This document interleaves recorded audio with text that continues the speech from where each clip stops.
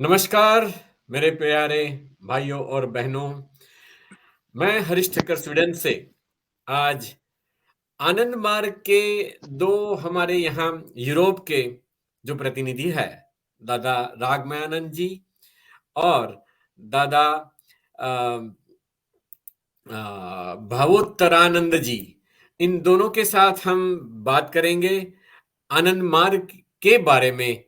और दादा रागमानंद जी यहाँ यूरोप के अभी चीफ है, और दादा भावोत्तरानंद जी जो है वो फिनलैंड में अपना काम संभाल रहे हैं। और हिंदू संस्कृति का प्रचार प्रसार बहुत अच्छी तरह से यहाँ पर हो रहा है। दादा रागमानंद जी पहले जो स्टॉकहोम में रहते थे, तब से मेरा उनके साथ परिचय है 2018 से, और हमारी बहुत अच्छी चर्चाएं होती रहती है। कई बार हिंदुइज्म के बारे में कि कैसे अच्छी बातों को और बाबा की बातों को प्रचार प्रसार किया जाए। तो आज हम बात करेंगे दोनों दादा से। दादा रागमानंद जी, प्रणाम आपको। और प्रणाम दादा आपको भी प्रणाम, भावोत्तरानंद जी। नमस्कार नमस्कार। नमस्ते। और बहुत अच्छा लगा मिल करके। हाँ, वेलकम टू द स्टूडियो। आपका स्टूडियो में स्वागत है। तो दादा आप कुछ कहिए। रागमानंद जी पहले आप कुछ कहिए, दो शब्द, बाद में मैं अपने प्रश्न शुरू करूंगा। सर्वे भवन्तु सुखिनः, सर्वे सन्तु निरामया, सर्वे भद्राणि पश्यन्तु मा कश्चित् दुःखभाग् भवेत्। तो सब कोई सुखी हो, सब कोई रोगों से मुक्त हो, और सब कोई हर चीज को सुख दृष्टि से देखे, और किसी को जीवन में कष्ट भोग करना नहीं पड़े। ये आनंद मार्ग का सबसे बड़ा संदेश है। इसी संदेश को लेकर के हम लोग दुनिया में काम करते देखे।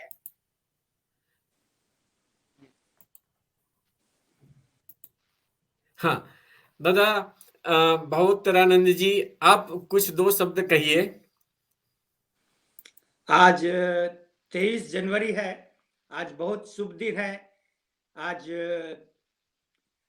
भारत के क्या, दुनिया के महान फ्रीडम फाइटर सुभाष चंद्र बोस जी का जन्मदिन है। सबको शुभकामना उनकी जन्मदिन की। और आज आपसे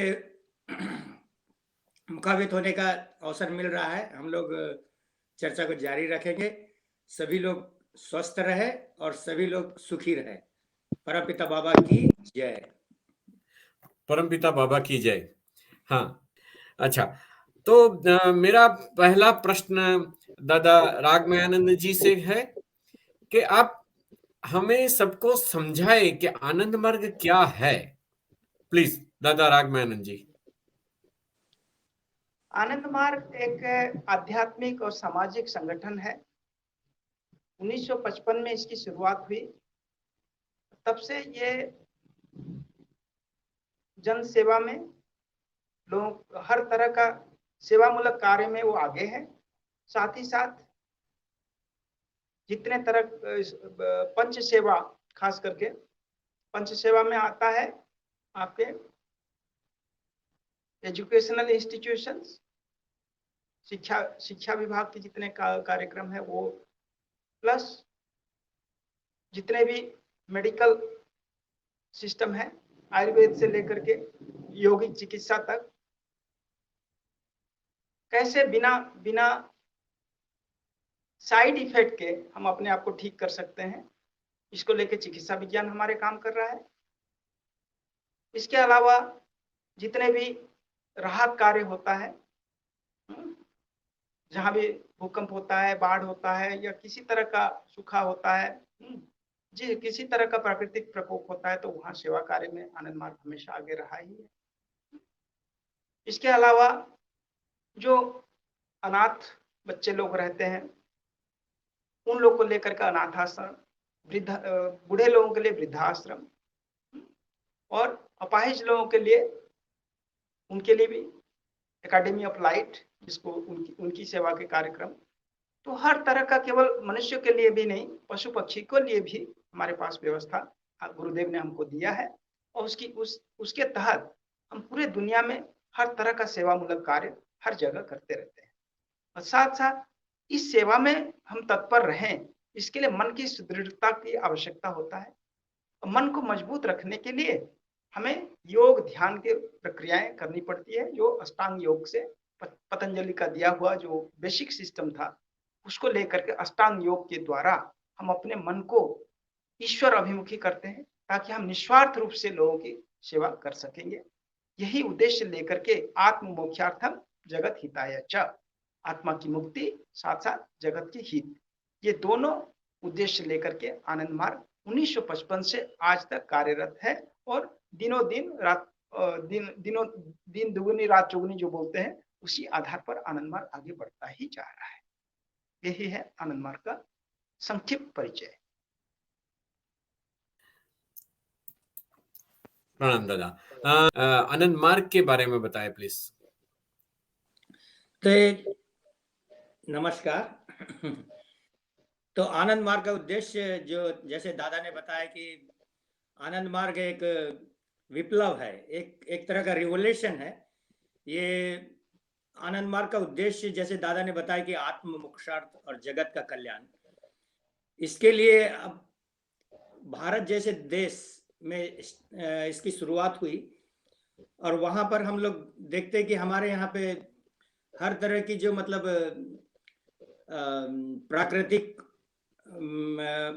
प्राकृतिक जो मतलब विडंबनाएं होती है, जो तो उसी को लेकर के आनंद मूर्ति जी ने, बाबा ने आनंद मार्ग की स्थापना की। और उसमें जितने भी सेवा मूलक कार्य है हमारे, जैसे बाढ़ आ जाती है, सूखा पड़ जाता है, तो हमारी जो आनंद मार्ग संस्था है उसको कहते हैं आनंद मार्ग यूनिवर्सल रिलीफ टीम। ये यूनाइटेड नेशन से, यूएनओ से इसको एनजीओ का स्टेटस मिला हुआ है, और उसी के माध्यम से बाबा ने सेवा मूलक कार्य शुरू किए। और इसी से आनंद मार्ग एक इंडिया में और अब्रॉड मतलब जो पॉपुलैरिटी मिली है सेवा के उद्देश्य से ही। और आज हम लोग सारी दुनिया में जहां पर भी आनंद मार्ग के मेंबर है, आनंद मार्ग के कार्यकर्ता है, उसमें महिला भी है, पुरुष भी है, सन्यासी भी है, और हम लोग के जो स्ट्रक्चर में उसको कहते हैं लोकल फुल टाइमर, वो लोग भी कार्यरत है और सेवा मूलक कार्य कर रहे हैं। यही आनंद मार्ग का उद्देश्य है। और जैसे दादाजी ने कहा कि सेवा, साधना, सेवा और सर्विस, साधना और सर्विस और सेक्रीफाइस, यही मतलब उसका एक उद्देश्य है। नमस्कार। हाँ, नमस्कार, प्रणाम दादा। मैं आप दादाओं को ये पूछना चाहूंगा कि आनंद मार्ग इतना पॉपुलर नहीं है, लोकप्रिय नहीं है, इवन पूरे भारत में भी आपके कई आश्रम है, वो अब मुझे मालूम है, लेकिन मुझे भी 55 साल तक, मेरी उम्र के 55 साल तक मैं आनंद मार्ग को बहुत कम जानता था। और वो भी जो भी नेगेटिव मीडिया ने जो बताया था, बस उसके बारे में थोड़ा कुछ मालूम था, और फिर बाद में तो हम छोड़ देते हैं कि भाई हाँ चलो नेगेटिव क्यों देखना है, ऐसा कुछ करके। लेकिन पॉपुलैरिटी सबसे पहले तो क्यों नहीं है, तो उसके पीछे जो कुछ हिस्ट्री है वो मैं चाहूंगा कि दादा रागमानंद जी आप बताएं प्लीज। आनंद मार्ग 1955 से शुरू हुआ, तब से लेकर के आज तक अनेक उतार चढ़ाव के बीच से आगे गुजरते हुए आगे बढ़ा है। जैसे कि आप देखिए, अब 55 से लेकर के आज 2022 हो रहा है, लगभग 67 साल हो गया। आप देखिए, इतने कम समय में विश्व के हर एक कोने कोने में आनंद मार्ग प्रतिष्ठित है। आप देखिए कि आनंद मार्ग, आप तो खुद ही स्वीडन में खुद देख रहे हैं कि आनंद मार्ग किस तरह से काम कर रहा है। वहां स्वीडन में दादा भावतराम जी एवरी डे मतलब 20-25 लोगों को नया ही उनको मेडिटेशन करा रहे हैं, वो अपना लगे हुए हैं। मैं आज ओस्लो में हूँ, ओस्लो में हमारे सैकड़ों की संख्या में यहाँ हमारे मेंबर्स हैं जो कि हमारे साथ जुड़े हुए हैं। हर कंट्री में हम पूरा एक्टिव है। इवन जहां पर हिंदुइज्म जाना मुश्किल है, उन देशों में भी हम बहुत अच्छे ढंग से काम कर रहे हैं, क्योंकि सेवा मूलक कार्य से हम वहां आगे बढ़ रहे हैं। हमारे पास अनेक तरह के आयाम है। हम केवल के जीवन जीने की एक तरीके से हम लोगों को डिवाइड नहीं कर रहे हैं। हिंदू, मुसलमान, क्रिश्चियन ये सब डिवीजन हमारे पास नहीं है। हम एक आदर्श लेके चल रहे हैं कि मानव धर्म, एक ही धर्म है, मानव धर्म या सनातन धर्म। और सबको इसमें ये तो बाकी जितने चीज जो है जिसको हम आज धर्म कह रहे हैं, वो एक जीवन जीने का एक तरीका है। लेकिन सुख पाना ही मानव धर्म है। कौन आदमी ऐसा है कि जो दुख चाहता है? ऐसा तो कोई नहीं है, चाहे किसी रिलीजन का भी हो, सबको सुख चाहिए। और सुख कितना चाहिए? अनंत सुख चाहिए। थोड़ा मोड़ा सुख में कोई खुश नहीं होता है। 2000 रुपया किसी को तनख्वाह मिल रहा है तो 5000 के लिए सोचता है, 5000 मिला तो 10,000 के लिए सोचता है। क्यों? कि अधिक सुख चाहिए, अधिक सुख चाहिए। अधिक सुख कितना चाहिए? उसी को कहते हैं, अधिक सुख का दूसरा नाम है आनंद।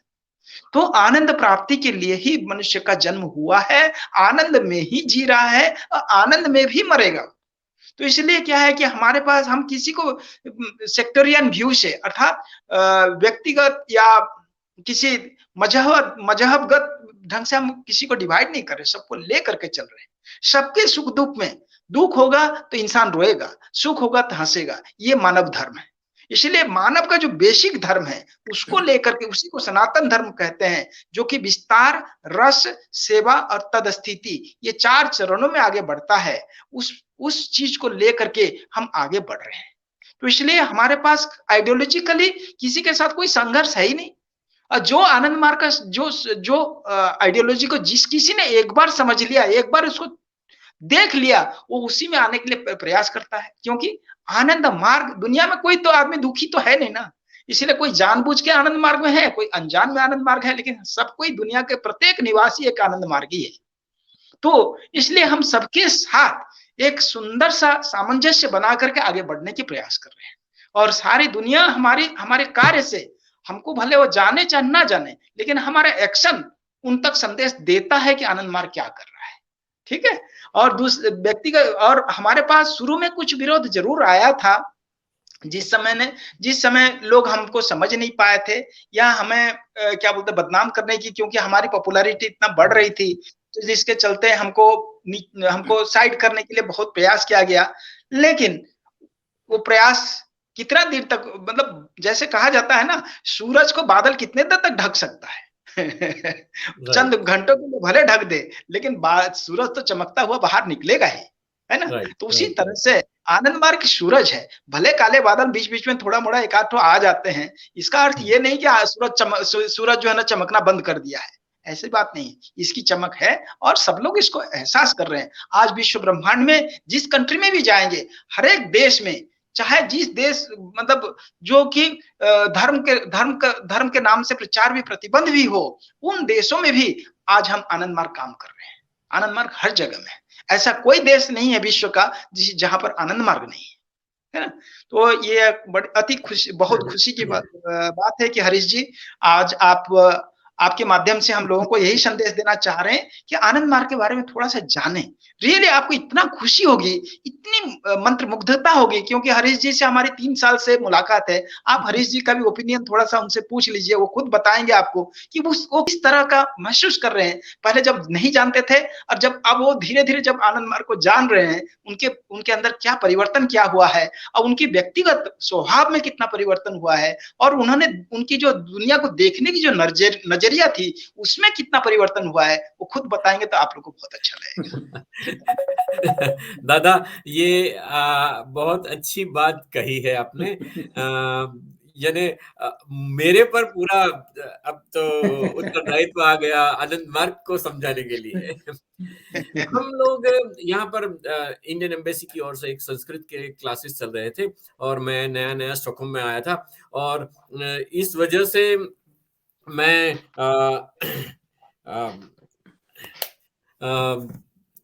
हाँ, वो क्लासेस में मेरे साथ एक शांतनु देवा करके बंगाली आदमी थे, जिन्होंने मुझे बोला आपको इंडियन कल्चर और हेरिटेज इसमें इंटरेस्ट है, तो चलो मैं आपको एक और संस्था का परिचय करवाता हूँ। और हम लोग गए पहली बार आनंद मार्ग का, यहाँ पर स्टॉकहोम का जो सेंटर है वहां पर। और सबसे पहले मैं दादा रागमानंद जी को मिला, और मैं ये पूरा मानता हूं कि जब 2 इंसान मिलते हैं, तब नियति की कोई न कोई इसमें मैं अच्छी तरह से एक गलत शब्द को उपयोग कर रहा हूं, साजिश होती है। तो नियति ने कोई साजिश की थी और मुझे दादा रागमानंद जी से मिलवा दिया। मैं पहले दादा को मिलने के पहले बिना ब्रेक की गाड़ी था, मेरे पास कोई ब्रेक था ही नहीं, बस अपनी रफ्तार से जा रहा था और जिंदगी के मजे ले रहा था। दादा के साथ में रह के थोड़ा ब्रेक लगाना सीख रहा हूँ। अभी भी सीख रहा हूँ।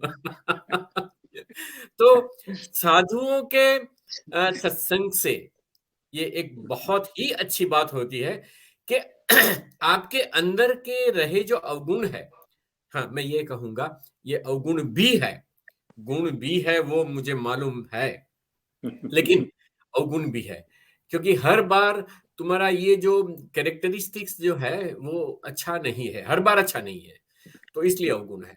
लेकिन कई बार उसका राइट वे यूज करने के लिए आपको करना ही चाहिए उसमें, और कुछ भी बात नहीं आनी चाहिए।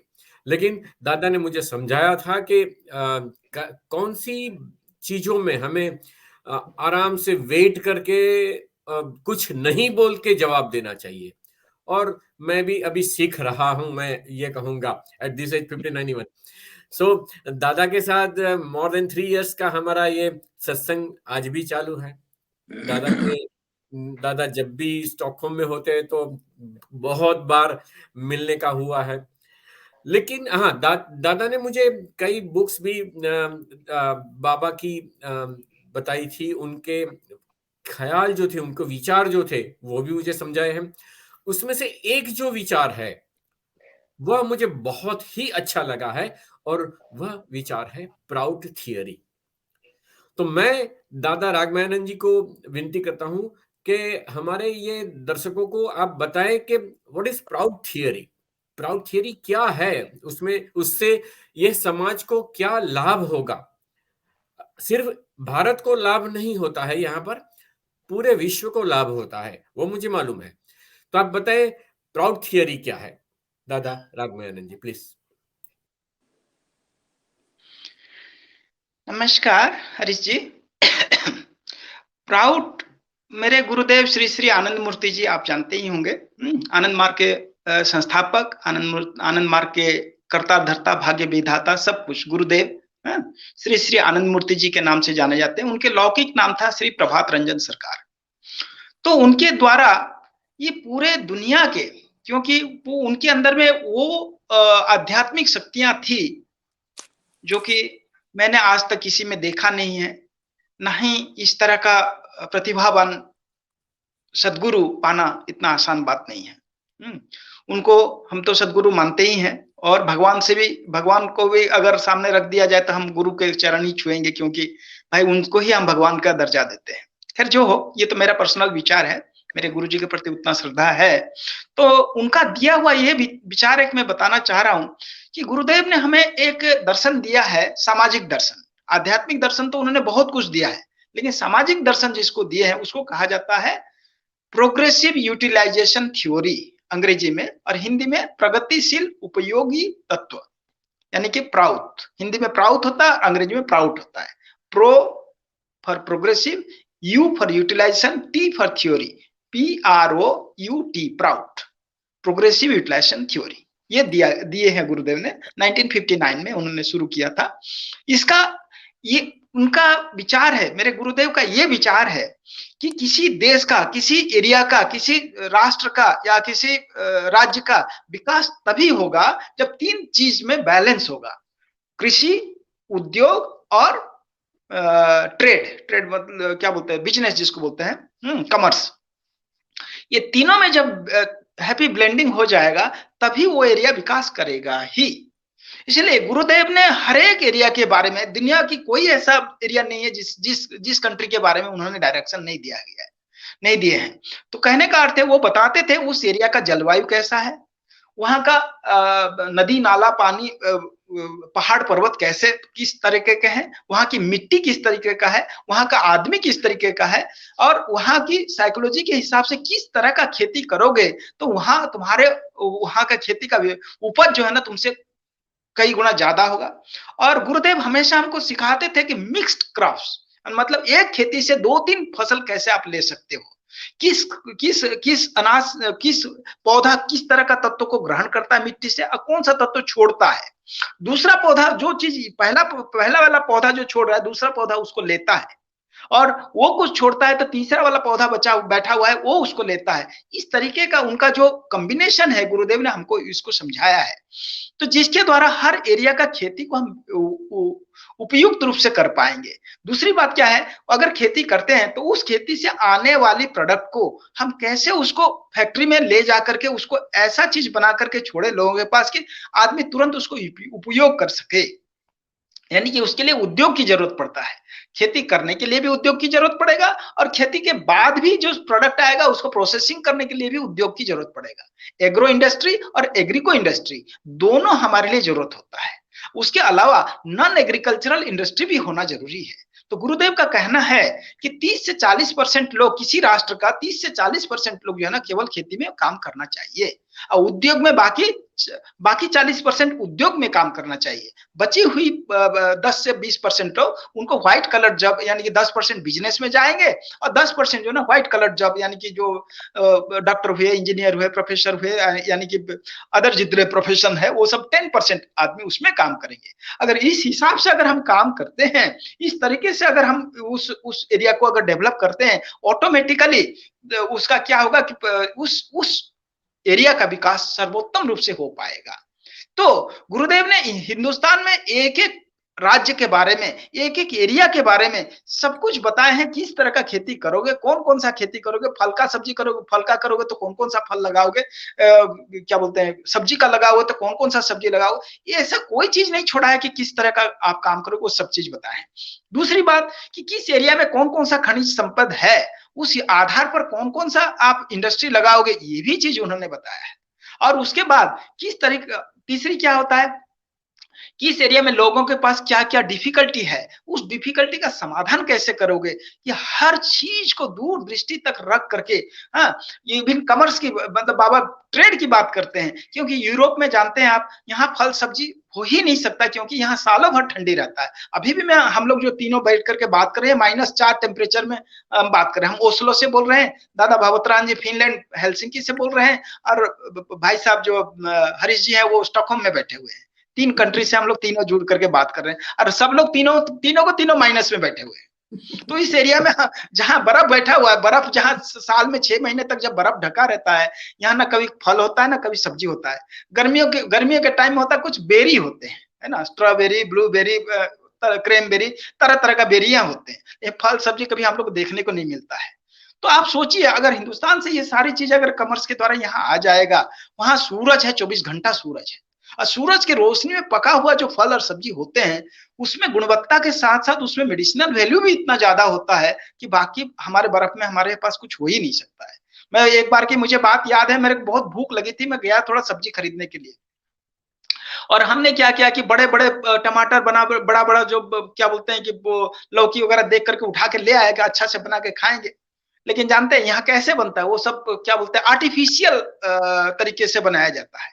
आर्टिफिशियल मतलब होता है उसको जबरदस्ती उसको क्या बोलते हैं कि बल्ब जला करके उसको रोशनी दिया जा रहा है, हीट दिया जा रहा है, उसका टेम्परेचर मेंटेन किया जा रहा है, केमिकल्स के द्वारा, ड्रॉपर के द्वारा उसको जो है ना उसके केमिकल्स क्या क्या चीज की जरूरत है उसका फूड के लिए वो दिया जा रहा है। वो फल देखने में तो बहुत सुंदर बनता है लेकिन उसका टेस्ट पानी से भी गया गुजरा होता है। उसको खाने के बाद मुझे एकदम संतुष्टि नहीं मिला, मुझे फिर बाद में जाकर के इकोलॉजिकल वेजिटेबल्स कहाँ मिल रहा है वहां से खरीदना पड़ा। तो मेरा ये कहना है क्योंकि हमारे पास सब कुछ संसाधन है, इसलिए हमारा कमर्स भी उतना मजबूत होना चाहिए कि जिस देश में जिस चीज की जरूरत है वहां पहुंचे और सब लोग को ये चीज प्राप्त हुए। इसलिए विश्व को कैसे इसका बेनिफिट मिल सकता है वो सारी चीज, है ना। अफ्रीका के लिए क्या जरूरत है, यूरोप के लिए क्या जरूरत है, रशिया के लिए क्या जरूरत है, यूएस के लिए क्या जरूरत है, आपके चाइना के लिए क्या जरूरत है, हिंदुस्तान के लिए क्या जरूरत है, एक एक कंट्री के बारे में बाबा ने सब कुछ डायरेक्शन दिए हैं। ये प्राउड किताब में उन्होंने लिखा है। व्यवस्था को कैसे चलाओगे, मॉनिटरी सिस्टम कैसा होना चाहिए, पॉलिटिकल सिस्टम कैसे होना चाहिए, इकोनॉमिकल सिस्टम कैसे होना चाहिए, ये सारी चीज का, कितने तरह का इकोनॉमी है, आज तक कौन कौन सा इकोनॉमी कितना विकास कर पाया, कौन फेल्योर हुआ, क्यों फेल्योर हुआ, कम्युनिज्म आज क्यों फेल्योर हो गया, कैपिटलिज्म आज क्यों इतना क्या बोलते हैं कि संघर्ष कर रहा है, इसके अल्टरनेट व्यवस्था और क्या हो सकता है, ये सारी चीज की व्यवस्थाएं जो है ना बाबा ने किसमें समझाया है, प्राउड बुक में समझाया है। इसलिए प्राउड एक प्राउड का सिद्धांत इतना मजबूत सिद्धांत है कि एक बार अगर आदमी इसको अगर पढ़ ले, उस किताब को जान ले, अपने एरिया के ज्यादा भी ना पढ़े, जिस कंट्री में रह रहा है उस कंट्री के बारे में बाबा ने जो कुछ लिखा है उतना ही जान ले, वो दीवाना हो जाएंगे। वो तो पूरा आनंद मार्ग के लिए पूरा पागल हो जाएंगे, भाई हमें इस चीज को करना है, हमें इसको इंप्लीमेंट करना है। आज महिलाओं के साथ क्या अत्याचार हो रहा है, बच्चों के साथ क्या अत्याचार हो रहा है, इतने सारे जातिवाद लेकर के किस तरह से आदमी संघर्ष कर रहा है, इस सारी चीज का टेम्पररी और परमानेंट दोनों तरह का समाधान गुरुदेव ने दिया है, जिसके चलते जो है ना ये प्राउड इतना पॉपुलर चीज है, इस चीज को इंप्लीमेंट करना बहुत जरूरी है। ठीक है, यही है प्राउड से। धन्यवाद दादा। हमारे अभी एक जो दर्शक हैं उन्होंने एक प्रश्न कहा है, सकरा रक्षित करके कोई एक दर्शक है हमारे, अच्छे फॉलोअर है, और उन्होंने पूछा है कि क्या आनंद मार्ग में पंचशील का पालन अनिवार्य है या वैकल्पिक? आनंद मार्ग में गुरुदेव ने पंचशील को बढ़ा करके पंचदशशील कर दिया है, यानी कि 15 पॉइंट उन्होंने दिया है। पंचशील जो था बाबा ने, गुरुदेव ने हमको दिया है पंचदशशील दिया है ना। तो इसलिए मैं यही जानना चाह रहा हूं कि अगर पंचदशशील में जैसे क्षमा है और मन की उदारता है ना, तो कई तरह का गुरुदेव ने हम लोग को दिए हैं कि किस तरीके से इस 15 शील को पालन करके आदमी अपना भी भलाई कर सकता है और दुनिया का भी भलाई कर सकता है। इसलिए 15 पॉइंट उन्होंने भी दिया है। जैसे दादाजी ने जिस तरह से एक्सप्लेन किया है, तो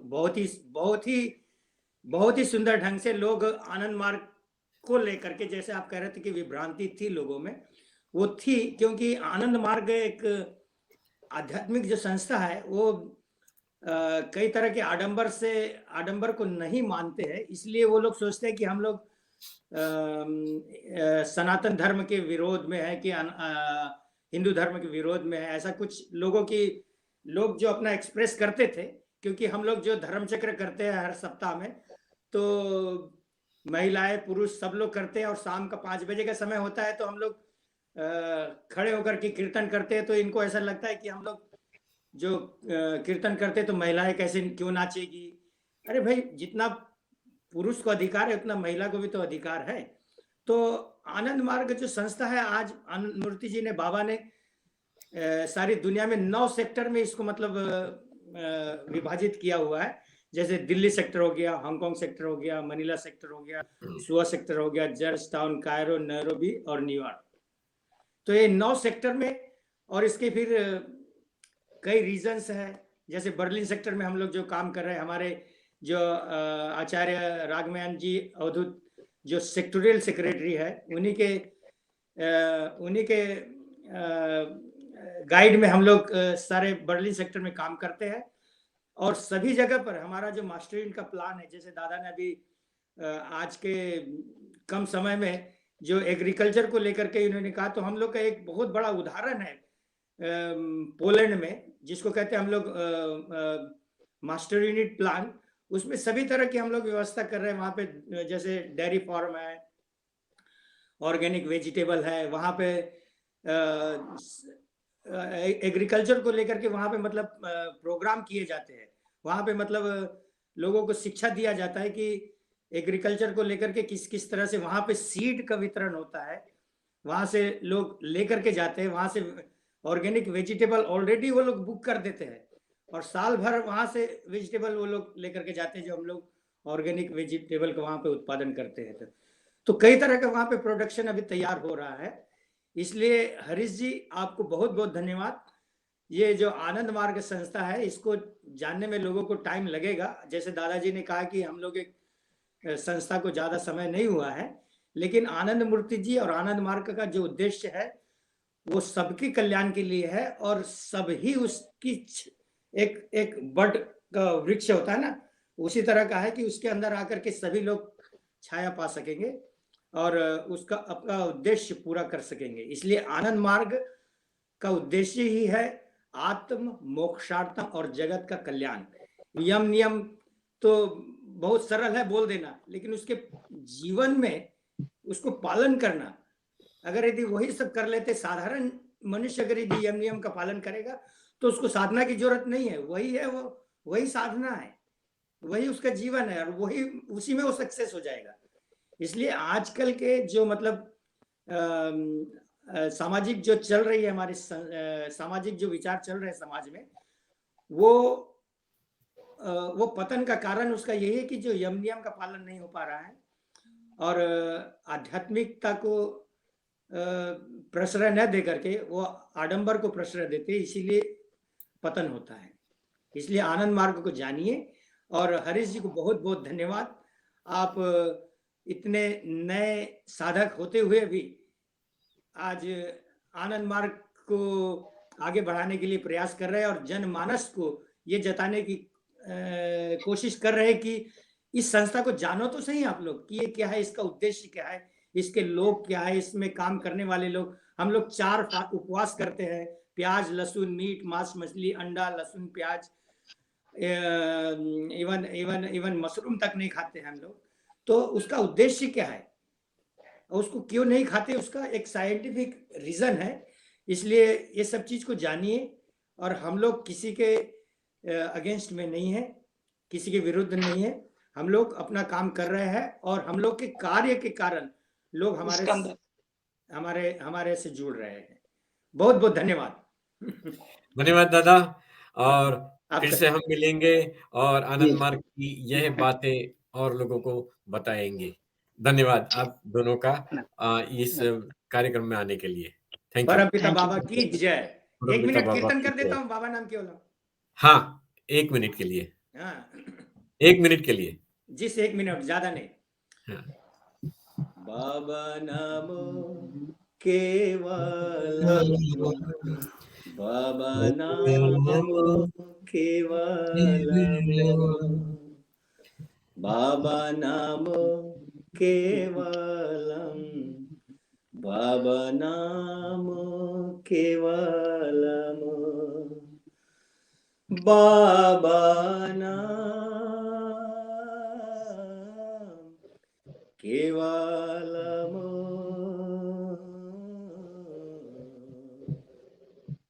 बाबा नाम केवलम,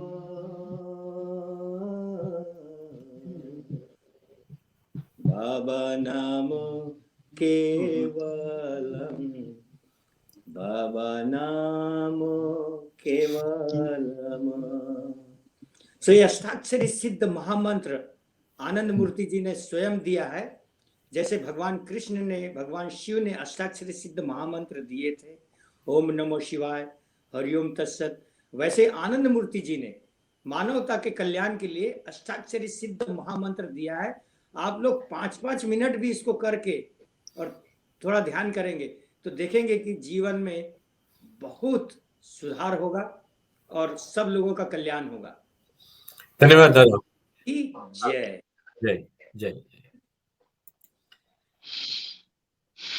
तो हमारा ये पहला जो एक पड़ाव है, हमने ये शुरू किया है एक लाइव डिस्कशन, उसका पहला पड़ाव अभी हम यहाँ पर पूरा करते हैं। और धन्यवाद दादा रागमानंद जी। तो धन्यवाद आप दोनों का, आपने बहुत अच्छा समय, आपका कीमती समय दिया। और ये एक लाइव डिस्कशन से हम आनंद मार्ग को लोगों को समझाएंगे, लोगों को बताएंगे आनंद मार्ग क्या है और किस तरह से काम कर रहे हैं।